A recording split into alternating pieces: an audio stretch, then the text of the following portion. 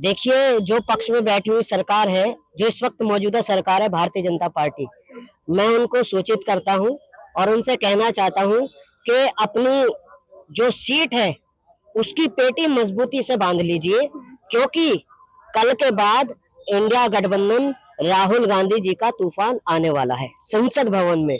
जो पहले से ज्यादा सफलता मिली वह केवल इसलिए मिली कि लोकतांत्रिक मूल्यों को और भारत के संविधान के प्रति हम समर्पित भाव से संघर्ष करते रहे।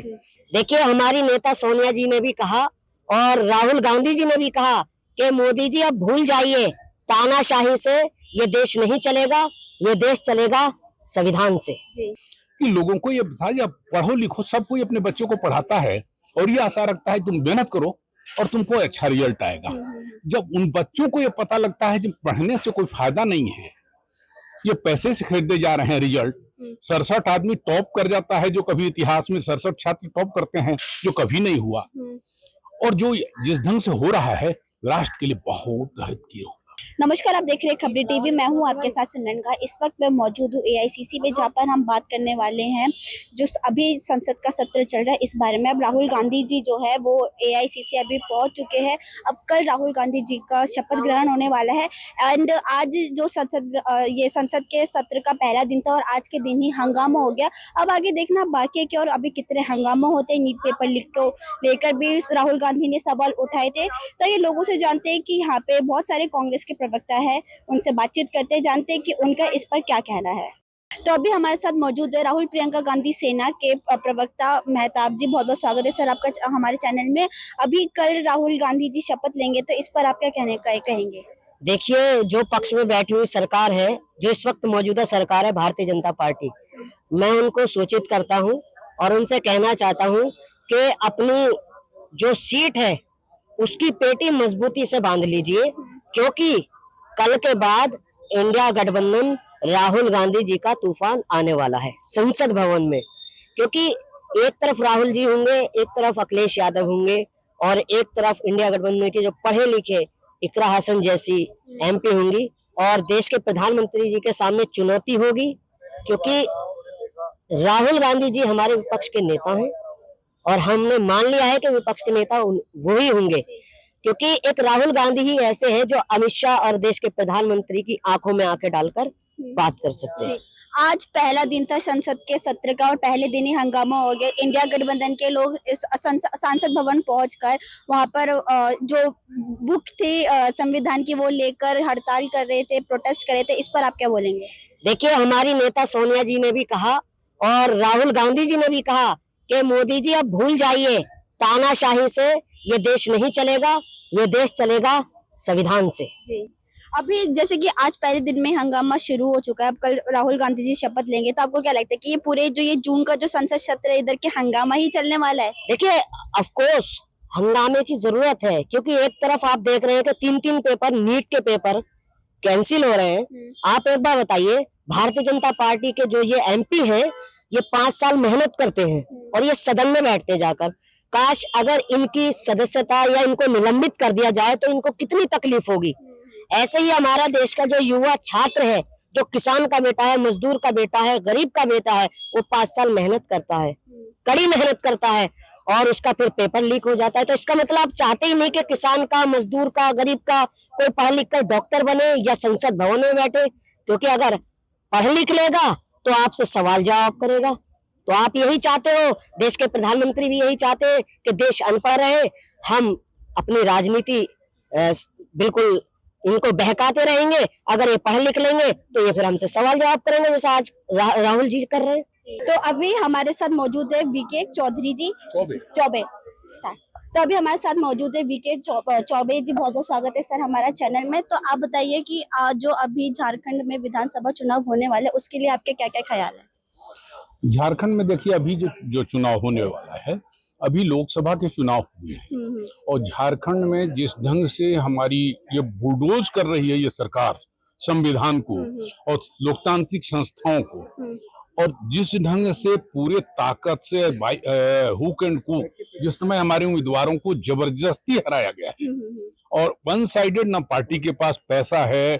अपने पूरे चुनाव में देखा जो पार्टी ने कोई बैनर पोस्टर नहीं है केवल एक गारंटी कार्ड हम लोगों ने गांव में बांटा और हमारे पास संसाधन नहीं था। उसके बाद भी हम लोग पिछली बार इंडिया गठबंधन में 2 सीट जीते थे, इस बार 5 जीते हैं और हमारा परफॉर्मेंस पहले से बहुत अच्छा रहा है। मैं अगर समझता हूं कि पार्टी अगर ठीक से इंडिया गठबंधन जिस ढंग से काम कर रही है और चुनाव लड़ेगी तो निश्चित रूप से पुनः झारखंड में इंडिया गठबंधन की सरकार बनेगी। जी, अभी जिस हिसाब से आज ये पार्लियामेंट हाउस में भी इंडिया अलायंस जो थे वो संसद में ये किताब लेकर वो हड़ताल कर रहे थे, प्रोटेस्ट कर रहे थे बीजेपी के खिलाफ, तो इस पर आप क्या बोलेंगे? देखिए, हम लोग जो चुनाव जीते हैं वह चुनाव में जो हम लोगों को जो सफलता मिली, हम लोग सरकार तो नहीं बना पाए, लेकिन जो पहले से ज्यादा सफलता मिली वह केवल इसलिए मिली कि लोकतांत्रिक मूल्यों को और भारत के संविधान के प्रति हम समर्पित भाव से संघर्ष करते रहे। दूसरी बात यह है कि इनका एजेंडा था राम मंदिर, धारा 370, उसका रिजल्ट आपने देख लिया। देश सांप्रदायिकता से नहीं चल सकता।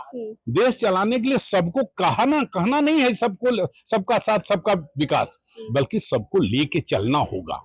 आप संविधान का शपथ लेते हैं और कुछ लोगों को एकदम उपेक्षा करके चलते हैं, आपस में वैमनस्य फैलाते हैं। राहुल जी का ये जो कहना था कि नफरत की बाजार में मोहब्बत की दुकान, आज मोहब्बत की जीत हुई है। निश्चित रूप से मेरी सरकार नहीं बनी, लेकिन देश में मोहब्बत की जीत हुई है, नफरत करने वालों की बुरी तरह हार हुई है। इसलिए मैं आशा करता हूं कि आने वाला दिन सांप्रदायिक तनाव वाला में जो धार्मिक मुद्दे पर जो भड़का के परमानेंट हर बात में हिंदू मुसलमान पाकिस्तान करते थे, वह मुद्दा फेल किया है और बीजेपी को समझना चाहिए जनहित में, राष्ट्रहित में काम करना चाहिए। हमारे राष्ट्र के लिए जो कांग्रेस ने धरोहर पैदा किया था, जो नवरत्ना कंपनियां थी, जो संस्थाएं थी, जो पीएसयू थे, जिससे लोगों को रोजगार मिलना था, उन सबको तो इन लोगों ने धो दिया है और केवल ये नकली बात दिखा रहे हैं, लेकिन पर कैपिटा इनकम बुरी तरह बिगड़ा है। देश के नौजवान जितनी बेरोजगारी है, इससे वे निराश हुआ है। महंगाई बुरी तरह बढ़ा है और लोकतांत्रिक संस्थाओं पर प्रहार हुआ है। देखिए, पिछले 5 साल में विपक्ष का कोई नेता नहीं था, डिप्टी स्पीकर नहीं था, और आज भी देखिए कांग्रेस का आदमी सबसे ज्यादा दिन तक सांसद रहा था, उसको न बना करके आपने अपने पिक एंड चूज किया, तो शुरू से ही बात बिगड़ रही। आज देख लीजिए बीजेपी का चरित्र, ये 10 साल में 70 बड़े क्वेश्चन लीक हुए हैं और बीजेपी उस पर आज प्रधानमंत्री एक शब्द कभी नहीं बोले। आज इसीलिए संसद में जब धर्मेंद्र प्रधान गए थे शपथ लेने, तो हम लोगों ने देखा टीवी में कि वो सेम लोग बोल रहा था। तो यह कितना दुखद बात है। हिंदुस्तान का जो सबसे उच्च कोटि का ब्रेन है, उसके साथ ऐसा बार्गेनिंग हो रहा है। तो हिंदुस्तान में 2 बातें तो थी, लोगों को भरोसा था। एक तो था जो चुनाव यहाँ तरीके से होगा, जनता को हक प्राप्त है। दूसरा बात था कि लोगों को ये था, जब पढ़ो लिखो, सब कोई अपने बच्चों को पढ़ाता है और ये आशा रखता है तुम मेहनत करो और तुमको अच्छा रिजल्ट आएगा। जब उन बच्चों को ये पता लगता है कि पढ़ने से कोई फायदा नहीं है, ये पैसे से खरीदे जा रहे हैं रिजल्ट, 67 आदमी टॉप कर जाता है, जो कभी इतिहास में 67 छात्र टॉप करते हैं, जो कभी नहीं हुआ, और जो जिस ढंग से हो रहा है राष्ट्र के लिए बहुत हितकर हुआ है। और यह कांग्रेस ने जो 57 से 47 तक के संघर्ष के बाद जो संविधान लाया था, यह 42 के आंदोलन का ही नहीं, 1857 के क्रांति का भी परिणाम था, जिन लोगों ने सबका सार निकाल के संविधान में दिया था कि देश, गांधी ने जो आश्वासन दिया था देश को कि आप जो जन्म लीजिएगा, हिंदुस्तान में कोई धर्म, कोई जाति, किसी मजहब का अगर माँ है, उसके कोख से जो बच्चा पैदा होगा वो भारत का नागरिक होगा। लेकिन आप धर्म जाति के नाम पर उसको आपस में बांटने वाली बातों को तोड़ दिया, और आज हम पर, कांग्रेस पर, चाहे दूसरे लोगों पर, किसी को सांप्रदायिक बोल देते हैं। अगर आज सरकार के खिलाफ एक लाइन बोला तो देशद्रोही बोल देते हैं, जबकि इतिहास उल्टा है। आरएसएस का और जो आज बीजेपी के पेरेंट्स ऑर्गेनाइजेशन है आरएसएस, देखिए 25 से बना है, 47 तक एक लाइन अंग्रेजों के खिलाफ नहीं बोला। देश में सबसे ज्यादा उत्कर्ष का वर्ष समय माना जा सकता है 1942 को। उस समय क्या कहते हैं डॉक्टर श्यामा प्रसाद मुखर्जी, अंग्रेजों को साथ खड़े हैं, पत्र लिखते हैं। 60 रुपए पेंशन पाते थे 47 तक, उनको कहते हैं वीर सावरकर। उससे बड़ा कायरता कोई नहीं किया। और कांग्रेस का एक एक बच्चा जो शहीद हुआ और आज तक जो संघर्ष किया, उसी का परिणाम आज आजादी है। अब बताइए, गांधी के आश्वासन पर जो भारत में रह गया माइनॉरिटी के लोग, पाकिस्तान नहीं गया, और जिन्ना के बातों पर भरोसा नहीं किया, गांधी के भरोसा पर किया। आज हम अगर उसको छोड़ते हैं तो हम गलत करेंगे और हम पर तुष्टीकरण के आरोप लगाए जाते हैं, जबकि हमको सबको लेके चलना पड़ता है और हम सबको लेके चलना चाहते हैं। राहुल जी ने इतनी बड़ी जो अभी यात्राएं की, भारत जोड़ो यात्रा, शायद दुनिया के इतिहास में ऐसा कोई उदाहरण हमको तो नहीं दिखा है, लेकिन इस नफरत और ऐसी स्थिति में राहुल गांधी ने जो कामयाबी हासिल की थी, हमारे समझ से गांधीवाद का वही रास्ता है और कांग्रेस का भी एक ही रास्ता है। उसी रास्ते पर लेकर के हमको चलना पड़ेगा और झारखंड भी इसी रास्ते पर चलेगा।